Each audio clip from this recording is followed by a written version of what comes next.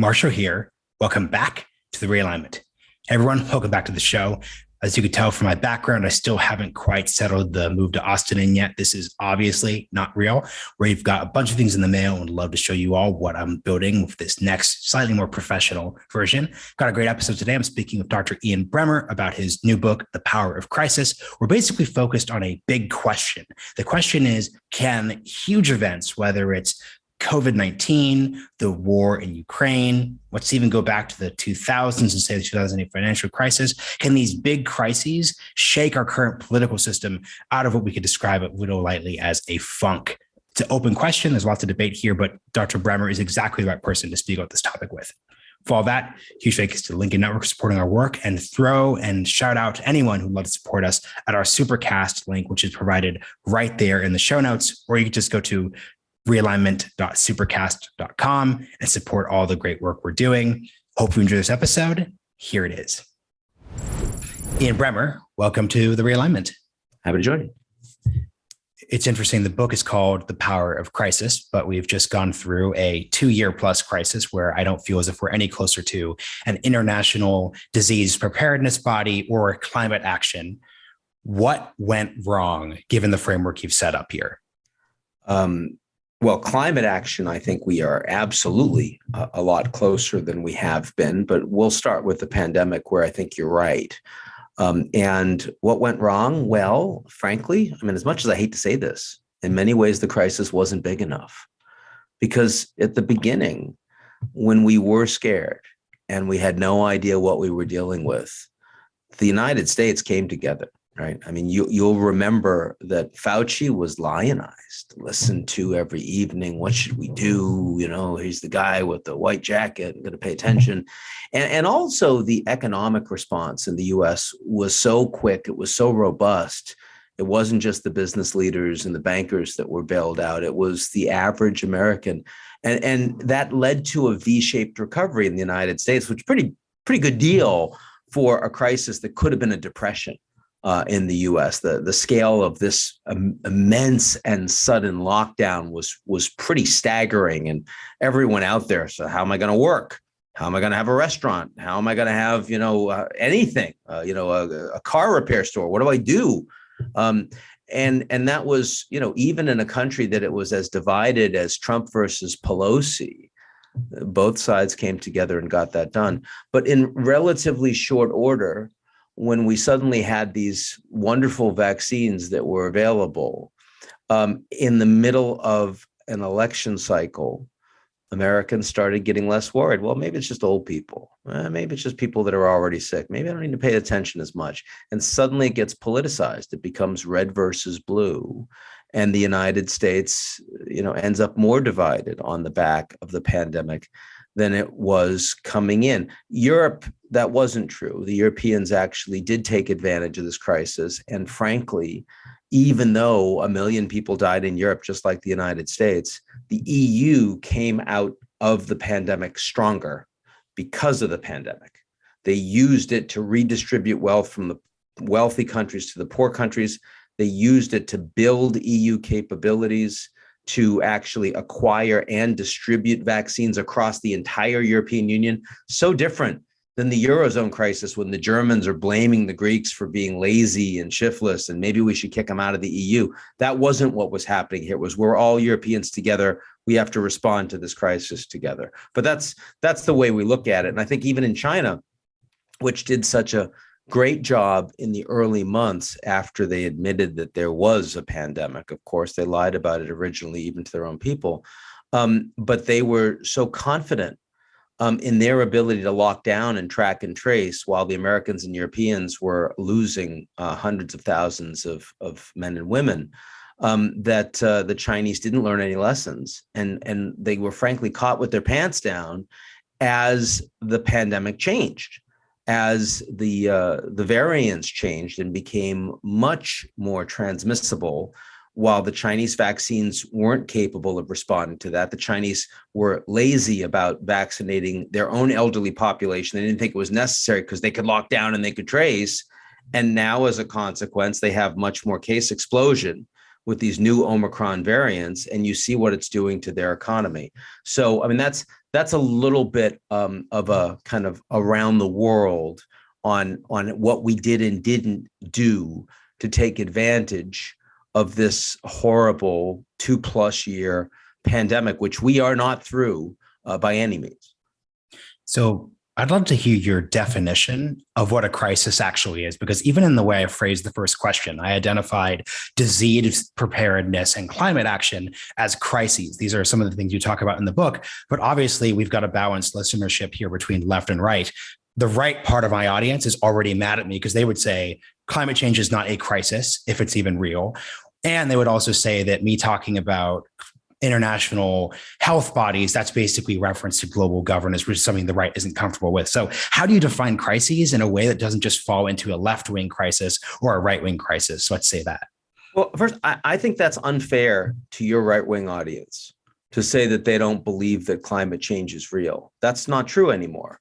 I think that you've got 195 countries around the world with very different governments that all accept that we have 1.2 degrees centigrade of global warming already, and that it's not because of cycles in nature. It's because of human beings pumping carbon and methane into the atmosphere. Now, there are a lot of people that disagree about what we should do in response to that and how much of a crisis it should be. And should we actually, focus on nuclear energy, and is coal okay? And do you want to take away a lot of jobs just to, for what's 30 or 50 years out? I mean, there are a lot of reasons why people respond to climate change differently, but the world believes it's a crisis. Now, the pandemic is a very different story because the left defined the pandemic consistently as a crisis, a health crisis that required vigorous masking, that required vigilant quarantines and lockdowns. And the right, first of all, strongly opposed mandates and thought this was a matter of individual choice on the basis of how at risk you personally were or were not, and were willing to put at risk your families, the people close to you. But also, from the beginning, we're more focused on things like what kind of damage are we doing to young people by keeping them out of school for a year or two?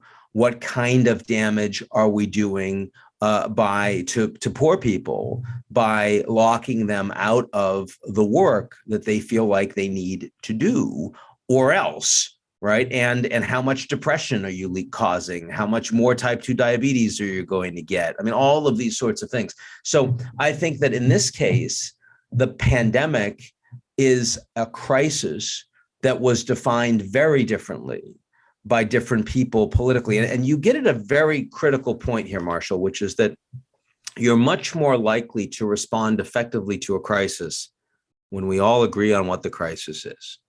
Now, climate change 30 years ago was mostly the domain of activists on the left and a small number of people around the world who were disenfranchised and poor and living in places that were already getting affected by small changes. It was, the Bangladesh, it's saving the whales, it's hugging the trees. And the average American didn't care very much about that. But today in 2022, it's about Louisiana and California, and it's about Australia and Italy. And I mean, my God, it's everywhere. And so not only do we all agree on what the problem is, but every day the news that we get reinforces our priors, confirms just how much of a global problem this really is and that we have to do something about it. By the way, those two characteristics are very similar to the way the Russia-Ukraine crisis has played out. When Putin on February 24th invaded Ukraine, everyone in the West, the United States and its NATO allies, agreed that Putin was the problem. that Putin was the criminal, that the Ukrainians were innocents. And every day that war went on, some 100 days plus at this point, you had your priors confirmed. You saw the war crimes being committed in Bucha and Melitopol. You saw the courageousness of the Ukrainians, this underdog, this, Sweet 16 Cinderella story as they were fighting, against Putin. And so it was exactly the kind of crisis that you would expect would create opportunities for leadership, opportunities to actually think differently about how we relate to the world around us. Very different than the pandemic in that way.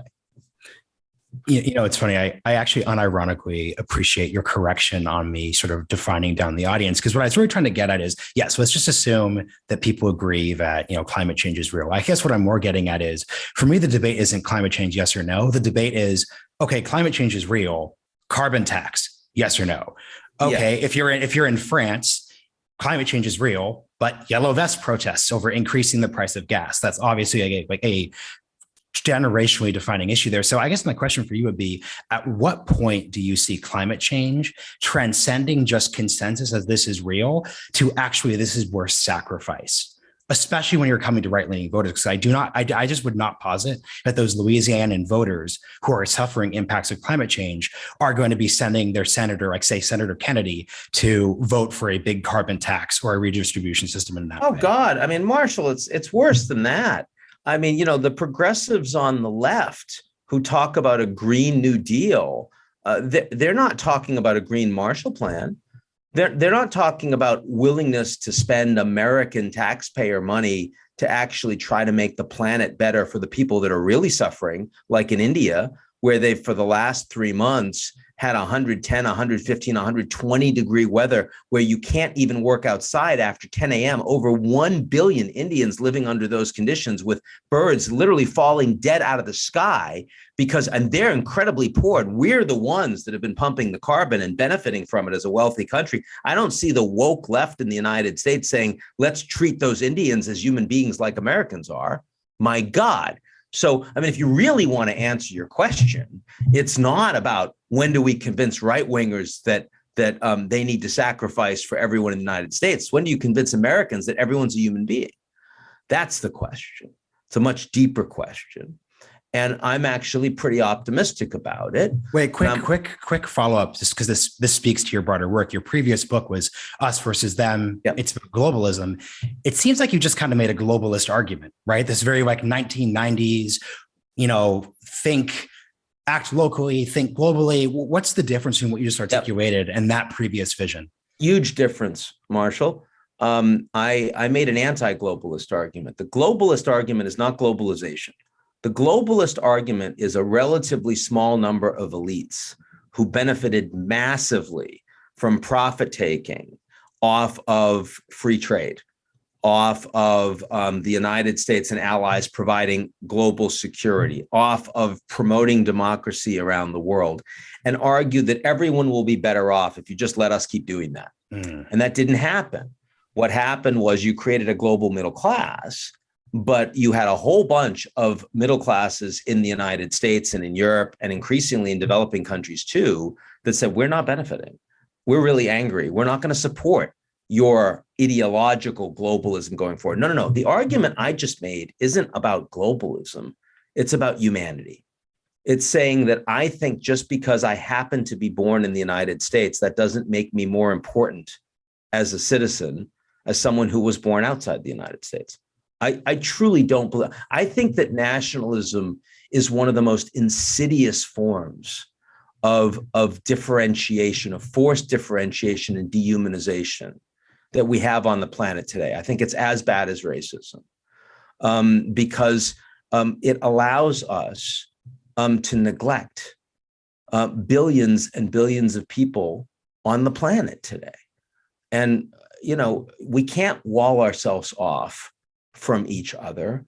And it's debilitating morally, it's debilitating spiritually, it's debilitating emotionally to pretend that somehow you are other and better just because of some random incidents of luck at birth. But what I'm arguing on climate is that the impact has become so great that a disparate group of people all over the world, and it started off mostly with young people because they see that they're going to be the ones inheriting a planet that will be in much worse shape because of decisions that have been made by people before they were born. They're angry about it, and they're making demands of corporations and of banks and of some of their governments and some of their local leaders saying, we want you to do things differently. And what I see happening is a massive shift in trillions of dollars of investments away from thermal coal, and then away from fossil fuels more broadly towards renewables. So much so that we are now seeing that at scale, whether it's electric vehicles and the supply chain for them, or it's advanced nuclear power, or it's solar and wind, that we are going to move our global energy footprint within a generation. A majority of the world's energy will no longer come from fossil fuels, from oil and gas and coal. And that is extraordinary. That's an amazing thing that's been done, even though the US and the Chinese don't trust each other, even though red and blue states don't trust each other, even though we don't all agree on how these resources should be spent. We've already kind of like done enough that we can see where the outcome is going to go. More needs to be done, because the difference between 1.5 and 2.5 degrees centigrade is tens of trillions of dollars and hundreds of millions of lives hanging in the balance. So I'm not suggesting that it's over, but I am suggesting that we are taking advantage of this crisis finally. And that's a really big deal. It's a really hopeful message in a way that we haven't taken advantage of the pandemic, the question, Marshall, that you asked me right at the beginning. You know, I'm fascinated by your discourse on nationalism. So you were really speaking on an individual level. I'm curious how you think a politician, let's say especially an elected politician, how should they think about that dynamic? Because it's one thing to say that I, Marshall, or you, Ian, as individuals shouldn't think of ourselves as more deserving or more important than, let's say, a Bangladeshi or a Maldivian. But if, let's say, you're a senator, you know, like J.D. Vance is probably going to be the senator from Ohio. He spends a lot of time talking about how a problem of this globalism era was that American politicians thought their responsibility was not to people in their hometowns rather than people abroad. So how should a politician who's elected navigate? He's lying. Because what happened was not that those politicians were responsible for people outside the US. Instead, they were responsible to a small number of Americans that were paying for their campaigns and that captured the regulatory environment. And J.D. Vance has some of those people too. So, I mean, be very careful about J.D. Vance talking about technology and which companies he'll go after and which ones he won't on the basis of the ones that ended up funding him and allowing him to become who J.D. Vance is today. I think that's a really big deal. So if you want to know who somebody is, the first thing you should do is figure out who's paying them. And I think that one of the biggest problems we have in US politics today is that it is the democratic system that is most influenced by money, most influenced by special interests. Our campaigns are relentless. They are long. They are more expensive by a large margin than any other campaigns in the world. And that means that our politicians frequently serve the interests of those special of those donors at the expense of their own constituents. And I think that as much as the "Make America Great Again" types will tell you that's not true, look at what Trump did in terms of his cabinet. Look at the billionaires and the special interests that were represented there. Look at the tax policy that was doled out under Trump. Look at the benefits for those that own real estate, for example, which make no sense whatsoever. The ability to amortize and take massive deductions if you own real estate as opposed to a different type of asset. Why? Because they figured out how to game the system. Is that good for the average American? Of course it's not. But let's not pretend that that's about a small number of politicians that are actually sold out to interests outside the United States. No. We did this to ourselves. This is about what's happening inside the United States. So just to make the point really clear, you're basically saying this straw man of let's say, center left, center right neoliberal politicians waking up in the 1990s and saying, my number one job is to help the Bangladeshi over the local Ohioan is not true. Is that a way of basically articulating it? Oh, yeah. I mean, it's insanity to think that's true. I mean, like, not to make you seem old. I mean, not to make you seem old, but just tell us about the 90s. How did you see that debate playing out? Look, I mean, the fact is that you make a lot more, things are much more efficient in a global economy when you are taking advantage of global markets. So Americans like buying cheap stuff over expensive stuff if it's the same good.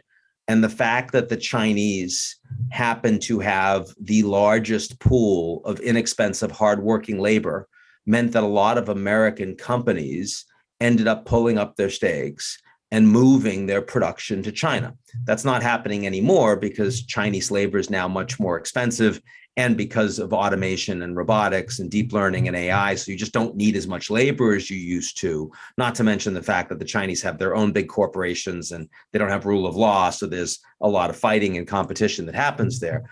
But the point is these companies were making an immense amount of money, but their tax rates were generally quite low. And there was no redistribution that was happening inside the United States that would lead to improve the social contract. So the country is growing at a strong clip. The rich are getting far richer in the United States. They like that.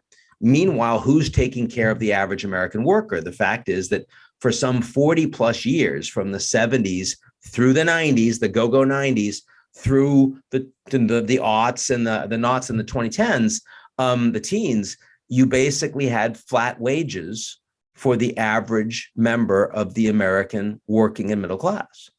And you had a massive explosion of the top 10%, 1%, and particularly the 0.1 and the 0.01%. And those are the people that happen to have the most ability to influence and capture regulatory policy in the US. The United States is the country in the world that is most driven by animal spirits. We most revere entrepreneurialism. And so, I mean, look, that's how I managed to create a company in the US that became a global company from scratch, no outside investment. I have 200 full-time employees. You wouldn't do that easily in any other country in the world. It's why we have Bezos. It's why we have Gates. It's why we have Elon Musk. This is not coincidence. But if you revere those animal spirits and you ignore all of the people that are otherwise living in your society, you will piss those people off.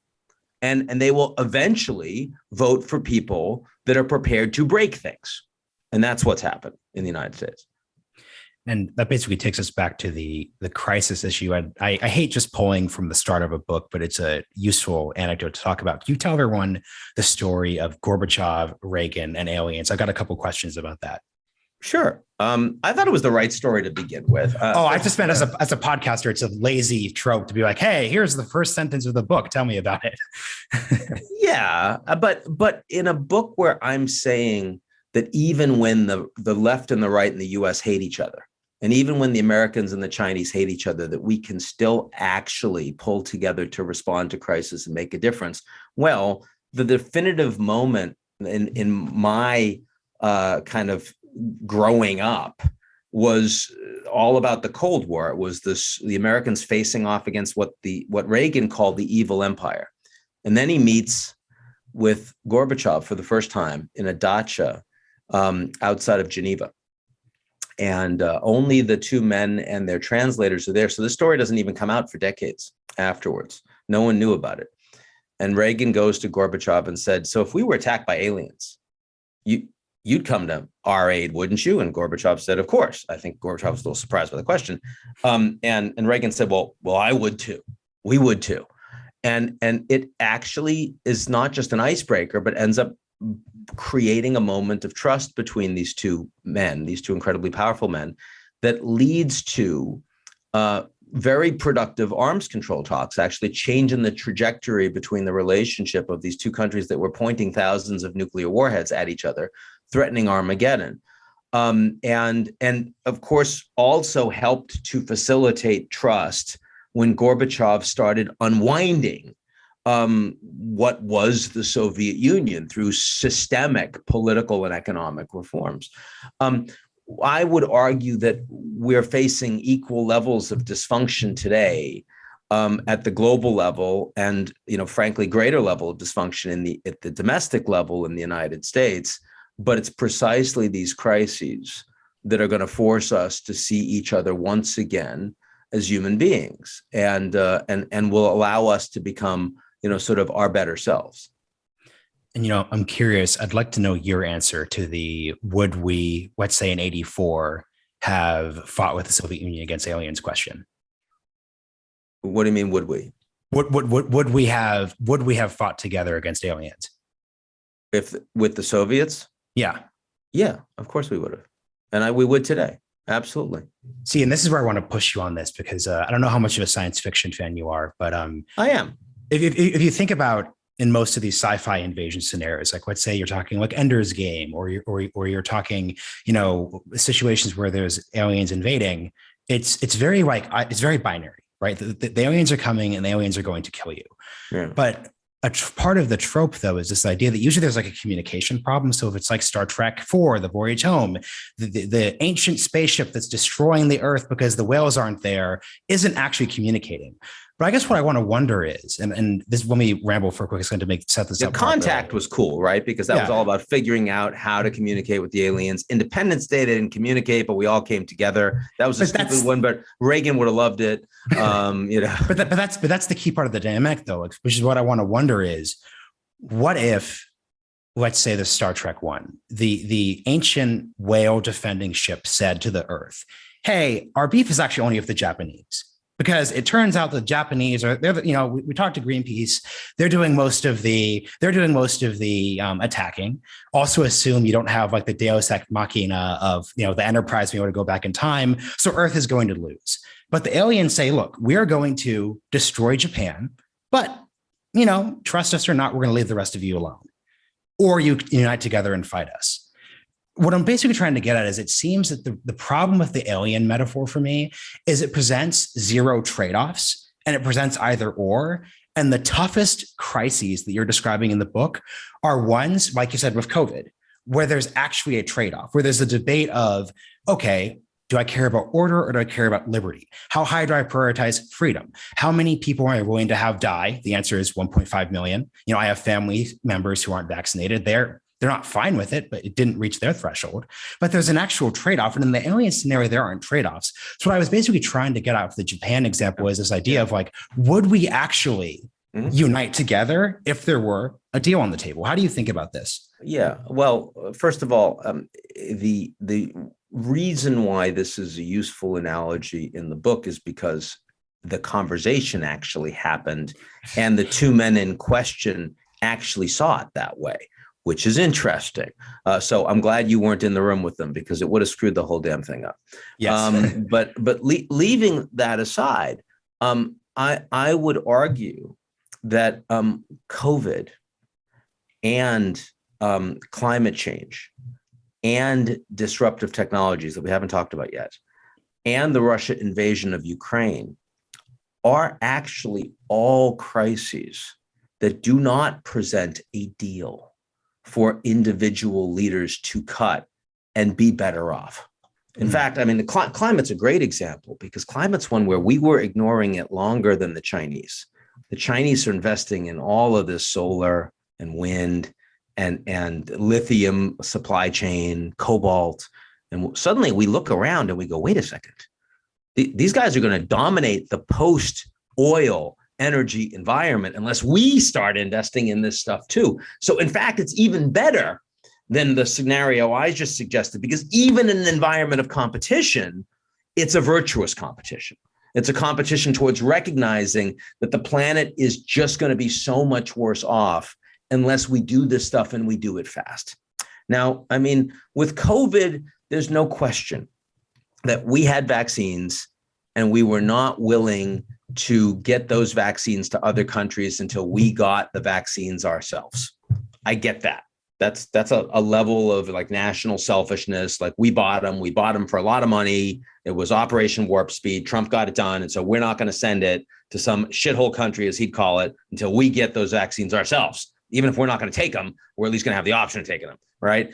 But it is very clear that spending billions of dollars, tens of billions of dollars in infrastructure to get those vaccines in the arms of sub-Saharan Africans and Indians as soon as we had them at scale would have saved trillions of dollars globally. In the United States, would have made it so much easier for so many people to get back to normal lives more quickly. And we just didn't think it was worth it. It wasn't urgent. We couldn't be bothered. It wasn't a big enough deal. But the basic structure of positive sum cooperation globally was absolutely there. And the Ukraine thing is also very similar. You have a whole bunch of people saying, why do we care about Ukraine? You know, you Europeans and Americans, you only care about them because they're white people. You didn't care about them when they were Syrians or when they're Yemenis or when they're Afghanis. Why are you caring about them now? Well, the fact of the matter is that the poorest people on the planet are going to suffer so much worse because of this Russia-Ukraine crisis, because they're not going to have food, right? And so the world, this is one where the world needs to come together more effectively, or everyone is going to suffer so much worse. It is utterly clear. So it is interesting that we're confronting these kind of big global crises right now that are virtuous, that do have this Goldilocks crisis aspect. I'll give you a crisis that obviously doesn't have that, which is Buffalo, New York. Right? I mean, we're not even talking about Buffalo anymore because now we got the school that got shot up in Texas. But I mean, you got this white nationalist, crazy kid that is like bored out of his skull during the pandemic. He's gunned up like crazy. He finds an all black neighborhood. He drives over there. He scouts it out, and then he shoots to kill as many people as he can. And what are we going to do about it? Nothing. Why not? Because it doesn't affect all of us. We just don't care. And that is, so we'll say a lot of stuff, but we won't do anything. That is a crisis where we can cut a deal. It's not a global crisis, not a national crisis. It kills me that that's the case, but that's a different kind of story. And as a consequence, I don't write about that in the book. So something I'm curious about then is you very specifically, this gets to something you write in the book. You're referring to competition with China, which is a loaded word in terms of the debate that's playing out right now. You very concertedly argue that you are in favor of trying to pull us away from this path to a Cold War, which suggests we are not in a Cold War right now. We're in a state of competition. Could you explain that scenario? Because I think to a lot of listeners, they woke up on Monday to a New York Times notification, which I certainly did, saying President Biden has explicitly said we would defend Taiwan. That is clearly it's a policy I support, but those are fighting words, at least in terms of how the CCP has articulated it. Why aren't we in the Cold War now then? Well, first, it's the third time he's said it. We have a policy of strategic ambiguity towards China where the Americans are willing to provide all the support so the Taiwanese can defend themselves, but not directly defend Taiwan. So not send boots on the ground, not do a no-fly zone, similar to the way that Biden's articulated the Ukraine policy, for example. And then every time he said that, then the White House within a couple of hours has said, no, we still have the same policy of strategic ambiguity. And the Chinese, say they're angry, but they don't really do anything about it. Part of this is that Biden is 79 and he doesn't really get the distinction between defending a country and putting boots on the ground in a country. And strategic ambiguity is not something that he's been willing to spend the time to articulate accurately. He's been pushed, they've pushed him back in the White House and said, here's the way you should talk about it. He just doesn't talk about it that way. And I think the Chinese kind of get it. The Americans kind of get it. For example, the US just announced the Indo-Pacific economic framework, and Taiwan wanted to be a part of that framework. but the Biden administration didn't make them a part of that framework. That would have been a much more directly hostile move to make that would have set the Chinese off. Biden had every ability to make that decision. He didn't do it. Why not? Because he's not actually changing U.S. policy towards Taiwan. So, I mean, look, there is this, you're right. Every time Biden misspeaks and the White House pulls it back, just like Biden did this in Poland. At the end of his speech in Warsaw, he said, "My God, we cannot let this man stay in power." He just wrote an op-ed in the New York Times a few days ago where he explicitly says that U.S. policy in Russia is not about regime change. But the former is a wonderful soundbite, especially for people that don't like Biden in a very divided policy environment. So of course you're going to use it and you're going to play it relentlessly and you're going to beat him up, just like the Dems would when Trump misspoke all the time. I get the game. It's not something I'm proud of, but I get why people do it. When you ask me what the U.S.-China relationship actually is, and by the way, I don't have the fact you said, Marshall, that you're in favor of a policy where the U.S. would defend Taiwan. Frankly, I think I lean towards you on that one. Taiwan's they're a democracy, and I don't like the fact that the Chinese just abrogated their Hong Kong agreement on the political right of the Hong Kong Chinese to continue to determine their own form of government. I think that the Americans leaning in and creating a little bit more ambiguity around American response in Taiwan is a useful thing. I don't have a problem, frankly, even with Taiwan. If Biden had intentionally misspoken, I think I'd be okay with that, frankly. But that's not my point. My point is that the United States and China are the two largest economies in the world, and they are incredibly interdependent on each other. The Americans buy an enormous amount of goods from China. American universities accept all these Chinese students that pay full freight. Chinese tourism is the most important U.S. tourism that is accepted in terms of dollars. Massive amount of Chinese investment into U.S. treasuries. U.S. corporations across the board do a lot of business in China. And those that have national security implications have largely been decoupled, but most are not. Most are doing more business with China. Most are like the NBA. Most are like Disney. Disney's having bigger problems in Florida right now than they're having in China, frankly. And that is the reality. And so I think that we should recognize that a Cold War is not one where you are leaning into the interdependence between the two countries. A Cold War is one where you are trying to decouple as fast as possible, and you see the relationship as zero sum. The actual relationship when the U.S. and China is much more analogous to a marriage where you and your husband or wife no longer really love each other, but you have children that you love deeply, and they're young and they're in the house and you're both raising them. And as a consequence, you're going to continue to act as a functional family because you both care deeply about the kids. That's the nature of the U.S.-China relationship today. And that's why it's not a Cold War. This isn't a contradiction in the way you frame this, but it's a complicating dynamic. You call for, let's say, a green Marshall Plan, green New Deal, all these different things. When we're talking about the Marshall Plan, we're obviously referring to rebuilding Europe after World War II, but that wasn't argued purely from the goodness of our, liberal internationalist hearts. Like that was argued from a very pragmatic, this is how we're going to shore up Western Europe against the Soviets. Without the backdrop of a Cold War with China, how can we take the energy and do those Marshall plans, do those bigger bits? Well, you're kind of getting at the entire point of the book, which is that absent a clarion call, absent a crisis that forces us to act, what you will see is institutions and nations that are adrift. You won't see that behavior at all. But what I'm arguing is you don't need the common enemy of a country. You can actually respond to the common enemy of a crisis. And climate change is that crisis. I mean, there are others, but there's no question.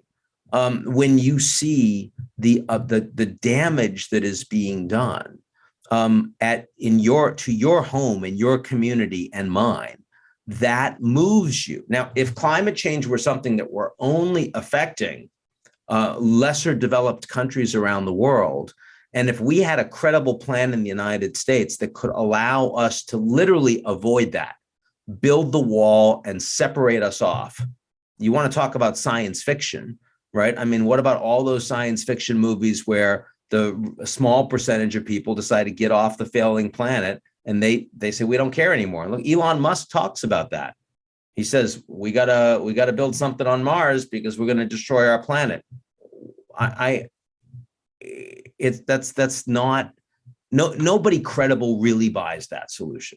Most people are like Bill Gates, though a lot less wealthy, who say, we're on this planet. It's an amazing planet. We're not making another one. We're going to have to fix it.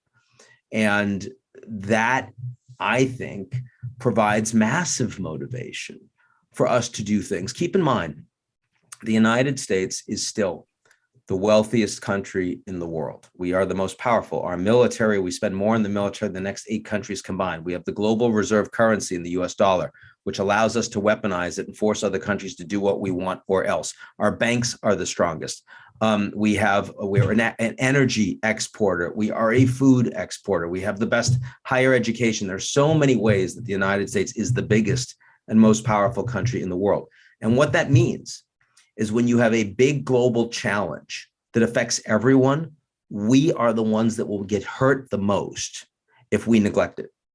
And we are the ones that will benefit the most if we respond effectively, if we lead an effective response. And by the way, coming out of World War II, took us a while to get into World War II. That's where America first started. It was like, why do we bother? It's happening over there. A lot of Europeans are dying, but it's not Americans. So who cares if it's a threat to democracy? Who really cares about the Nazis? Not a big deal. It was only when the Japanese attacked us that we decided we were going to get involved. But coming out of World War II, we recognized that if we didn't rebuild Europe, we were the ones that were going to suffer the most because we were the country that emerged from World War II standing. Well, I mean, we're the country in 2022 that has the most to gain or lose from taking a leadership role. So it's actually in our not even enlightened self-interest, just our self-interest. It's in our, even if we didn't care about other countries around the world, I do, but even if we didn't, you could make this argument. The reason J.D. Vance won't make this argument is because the American political system is way too short-term. And so the answers in the United States are going to come mostly from people that aren't regular political actors. It's going to come more from longer term governors and mayors than it's going to come from members of the House and senators. It's going to come more from bankers and CEOs and from individual influencers than it's going to come from our political leadership in Washington. I think that is an unfortunate reality of the political time that we're in. Wait, but what does that look like? So, the Conference of Mayors, I forget the name of all these different conferences, but there's the national governance organization for mayors in the country. They've made all sorts of declarations on climate change. Yeah. And I don't see any way of it. The status quo has been at all affected by those declarations. Can you just articulate what that means? Sure. So 2 things. First, that when Trump became president, one of the first things he did is he pulled the United States out of the Paris Climate Accord. And everyone thought that was going to be a disaster. It wasn't a disaster. And it's because a large group of mayors and governors and CEOs and bankers and Mike Bloomberg and others said that we are still going to stick with our commitments under Paris, even though Trump pulled us out. And so you lost no momentum on America's efforts to decarbonize and its net zero commitments and the move to invest trillions of dollars into renewables and away from fossil fuels, despite the fact that you had one of the very few people that could become president that was kind of a nearly overt climate denier. I think that's a pretty big deal. Now, you're right. Mayors by themselves, if they have to do all the driving, they're going to make a statement in a group of mayors, not going to make much of a difference.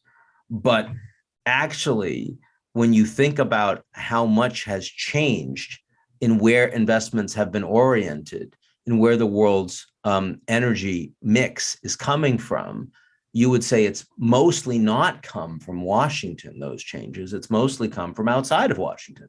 It's come from a whole bunch of other actors, and it's a constellation of those actors.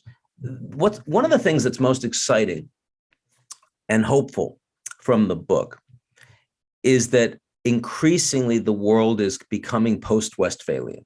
In other words, it's not just about central governments. So Russia invades Ukraine on February 24th, except they didn't. Could you explain the idea of Westphalian? Yeah, Westphalian just means that the actors that matter the most, that drive all of the outcomes, are central governments. That is this Westphalian system of international politics, that if you are not in power in a national government, you don't matter very much. And what we're seeing is that, like, in responding to the pandemic, the most important actors arguably were the Moderna and the Pfizer folks. In responding to climate, the most important actors were Eurocrats in Brussels, were bankers on Wall Street, were mayors and governors in the United States. I mean, California and Texas have done a hell of a lot more to drive America's response on climate than anything coming out of Washington. I mean, that's very clear. Climate standards in California have moved so much, and renewable investments in Texas have moved so much, red state and blue state. So it's interesting that Russians invaded Ukraine. The invasion really started on the 23rd, which was a cyber attack, massive cyber attacks against Ukraine. The Ukrainians didn't even know about it, but Microsoft did. So in other words, the first attacks weren't really Kiev. They were actually Redmond, Washington. That was where the war started. And the extraordinary support that was provided by Google and Microsoft and SpaceX, Elon Musk's company, for the Ukrainians the last 3 months, every bit as important for their still having a government in place as what we've seen coming from the United States and Germany and France and the NATO allies. So if you want to talk about how we're responding to the Russian invasion of Ukraine and this new Cold War with Russia, you wouldn't just talk about governments, you talk about tech companies on the cyber side. That's really interesting, right? Because then you don't have to worry about, only is our government broken? There are other opportunities. There's opportunities for dystopia and dysfunction, but there's also other opportunities for solutions. And we see that in climate change. We see it with the pandemic. We see it with disruptive technologies. We see it with the Russian invasion of Ukraine. In these last 10 minutes, I want to get to disruptive technologies, but I have a quick follow-up. You just articulated this whole decentralized governance model. I think in the best way possible. I definitely do know there are listeners who think that what you've described is quite hellish, because what you're basically describing is a situation where corporate power, private organizations, actors outside of public accountability are going to have the ability to drive massive decision-making things without any ability to intersect there. And I think to you bringing up, DeSantis and Disney, obviously let's put aside the culture war bullshit part of that. At a core level, that's the state versus a corporate actor. And I did notice a bit of tension, especially even on the left, behind what was basically going on. People were saying, man, I feel uncomfortable defending the ability for Disney to run a private town, essentially. So what do you say to people who can agree with the direction you're taking it, but feel uncomfortable about the power of these non-democratic actors? Well, what I've been writing about, not just this book, but you mentioned Us versus Them before, and what I've been writing about for the last 15 years has been about institutions that are increasingly not aligned with power. Like when we created NATO and we created the UN and the World Trade Organization, it was at a time where you build those institutions and the governments that build them to reflect their interests, their balance of power, their priorities. Over time, the balance of power changes. Corporations become more powerful. Tech sector becomes, really strong. China rises. All this stuff happens, but the institutions don't change. Now, when that happens, you get what I call a geopolitical recession. The institutions start to erode. They become obsolete. They break. They become delegitimized because they're sticky, right? I mean, it's like Russia has a permanent seat in the Security Council. Germany and Japan can't get on. Why? Well, because Russia won World War II and Germany and Japan lost. That's a really stupid reason in 2022, right? You'd want to do something about that, but you can't.